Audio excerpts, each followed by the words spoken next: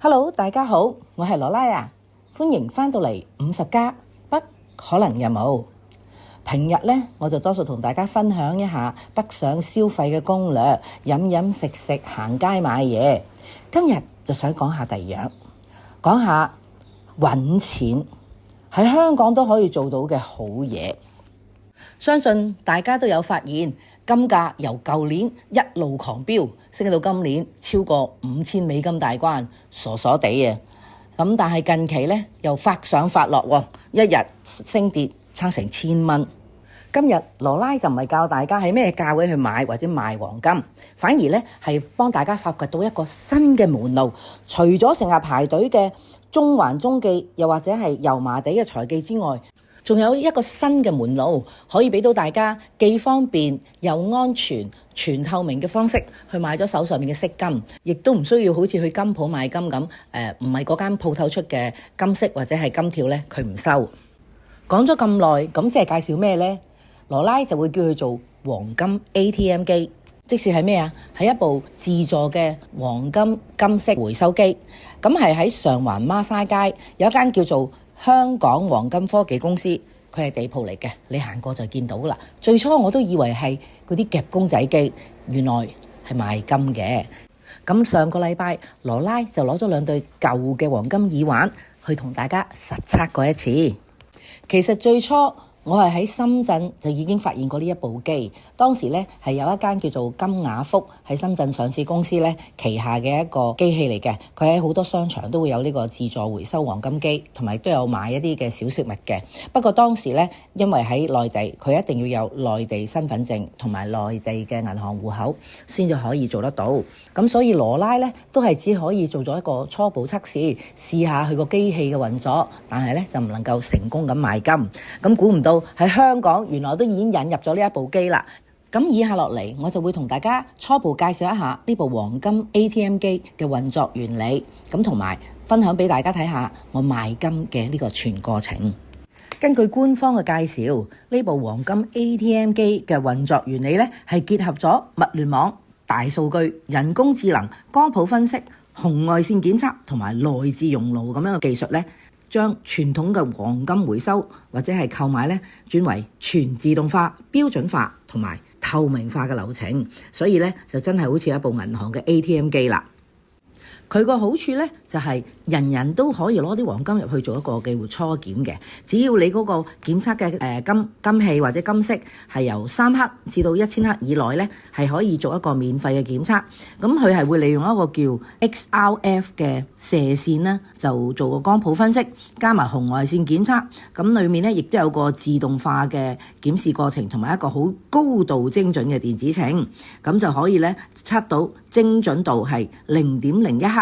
同埋嗰個含金量嘅精準度咧，係去到0.01% 都可以測到嘅。咁而且咧，仲係無損表面嘅含金量嘅，即是話咧冇嗰個叫損耗嘅。咁初檢嘅過程咧好簡單嘅。咁首先咧，佢就會要求你咧就自己咧將你想要做初檢嘅黃金金器咧就擺喺個盤度。之後咧佢就會叫你登記你嘅手提電話。咁之後咧佢就會發信一個密碼去你嘅手機裏面。咁你自己咧將嗰個密碼輸入去嗰部機度咧，跟住部機就會打開個閘門。打開閘門之後咧，大家就要將自己想要去做檢測嘅黃金或者金器咧，就擺入去嗰個檢測嗰個兜兜裏面。咁之後咧，佢就會 feel 到你有擺咗物件落去咧，佢就會自動閂門。開始咧喺熒光幕裏面咧，就會見到佢成個過程擠入去嘅時候去做嗰個檢測噶啦。初步嘅檢測咧，其實大概咧都係1-2分鐘咧就會完成噶啦。咁當然亦都要視乎你擺入去嘅金器嘅大細啦。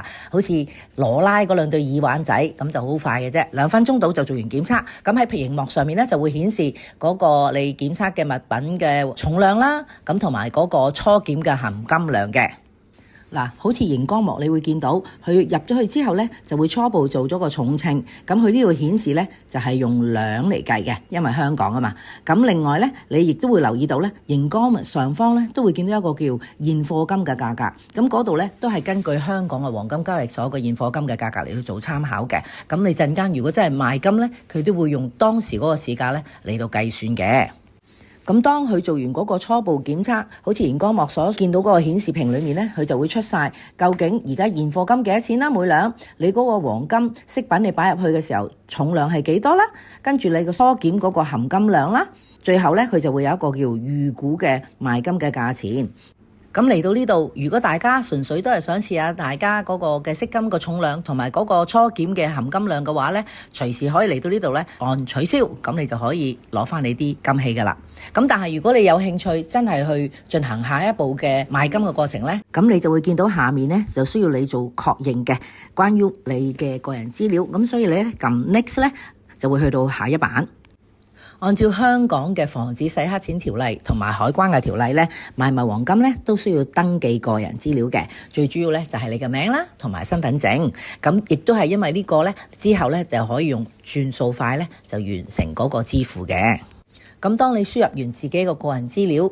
撳確認之後咧，同一時間咧，咁在場嘅職員咧，佢都會俾一份咧文字版印出嚟嘅協議書俾你簽嘅，裡面咧會特別強調喺做第二次檢測嘅時候咧，因為咧佢需要溶咗你啲金嘅，咁所以咧確保你係清楚明白呢個流程。溶咗對耳環之後咧，如果你去到下一步，你可以隨時都話我都係唔買啦，係冇問題嘅。咁但係咧，你嚿金咧就變咗第二個形狀，就唔係好似原本你即入去一對耳環一隻戒指嘅話咧，就唔可以變翻嗰樣嘢啦。咁所以呢個咧佢會再三強調嘅。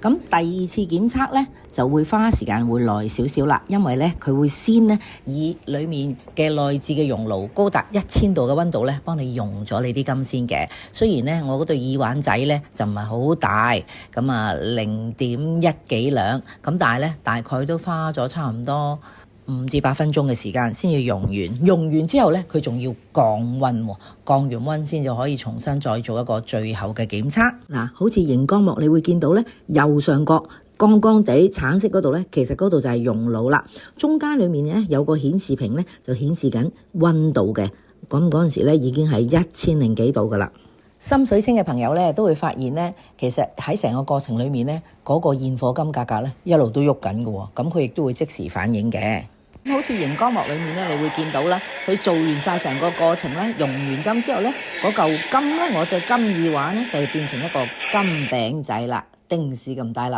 喺熒光幕嘅中間嘅上方，咁嗰度咧就係冷卻同埋個稱嚟嘅。冷卻完之後咧，佢就會稱重同埋咧再做一次最後嘅檢測。咁跟住咧就好似熒光幕咁顯示最後嘅檢測嘅重量、含金量同埋當時當刻現貨金嘅價格嚟到做預估你嘅賣金嘅價值。咁其實嚟到呢一步咧，你仍然都可以反悔嘅，咁亦都係唔需要收費嘅。你話我都係唔想賣字，個現貨金發上發落跌翻落嚟，我都係攞翻粒金餅仔係可以嘅。咁你撳取消，咁就可以攞翻噶啦。咁如果你係覺得都啱心水嘅，咁你就撳 Next 下一步。就按照你頭先登記低俾佢嘅身份證同埋銀行戶口，就完成你嘅買金過程。佢就會要求你喺度大概等幾分鐘，等佢個財務部完成埋個即時轉賬，利用轉數快。咁你收到錢之後，你就可以攞翻你嘅文件副本，咁同埋睇下個錢包係咪收到錢，就可以離開噶啦。成個過程咧都好透明、好輕鬆，而且咧係自助，不過有職員協助嘅。咁花費大概30分鐘嘅時間就完成咗初次檢測、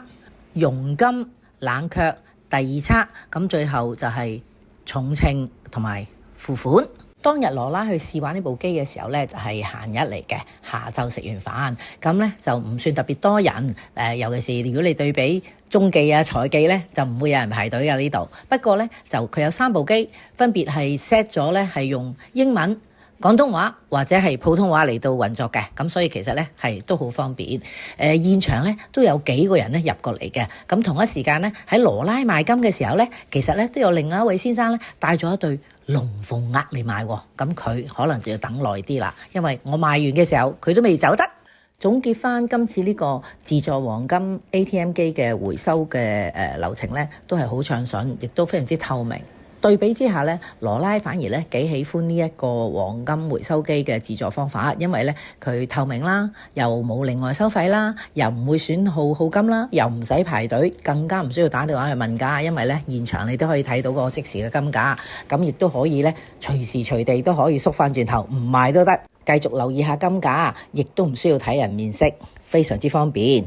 而對比我喺深圳見過嗰部機咧，基本上咧係同一部機嚟嘅，但係咧個運作咧因為唔同公司咧都有少少唔同，佢當地咧就需要收一個固定嘅費用，一係咧就係18蚊每一克，又或者咧係按嗰個訂單嘅總額收取嘅，咁個比例咧就係金條咧就係2%，飾品咧就係4%。咁另外咧，我都知道有好多朋友咧，中意攞啲金咧翻去深圳水貝近羅湖區嗰度有一個叫黃金市場嗰度去啲金鋪嗰度賣嘅。咁要提提大家，第一去嗰度咧就會好似香港咁傳統啲金鋪咧，就會有啲叫火耗啊嗰啲咁樣燒下你啲金啦，睇下個純度啊各樣啦。咁第二咧，帶黃金入境咧，中國內地咧，咁其實咧都要留意翻。第一，佢有嗰個嘅50克個限制。少過50克咧就免申報同埋免稅帶入境，咁如果多過50克咁就係要申報啦。咁而且咧超出個部分咧就有機會咧就需要俾呢個關稅或者增值稅。例如金銀咧就大概13%，咁如果係首飾嘅話咧，可能係去到差唔多50%嘅。嗱，再三強調，羅拉咧同呢間公司就冇關係嘅，我都唔識佢哋，純粹咧就俾多一個參考門路大家。除咗去傳統嘅金鋪啊、銀行啊或者中記財記去買金之外咧，仲可以試下呢部黃金 ATM 機嘅。咁今日同大家分享嘅內容就嚟到呢度啦。如果中意我分享嘅內容，歡迎收藏、點讚同埋分享俾你身邊嘅朋友。我哋下次再見啦，拜拜。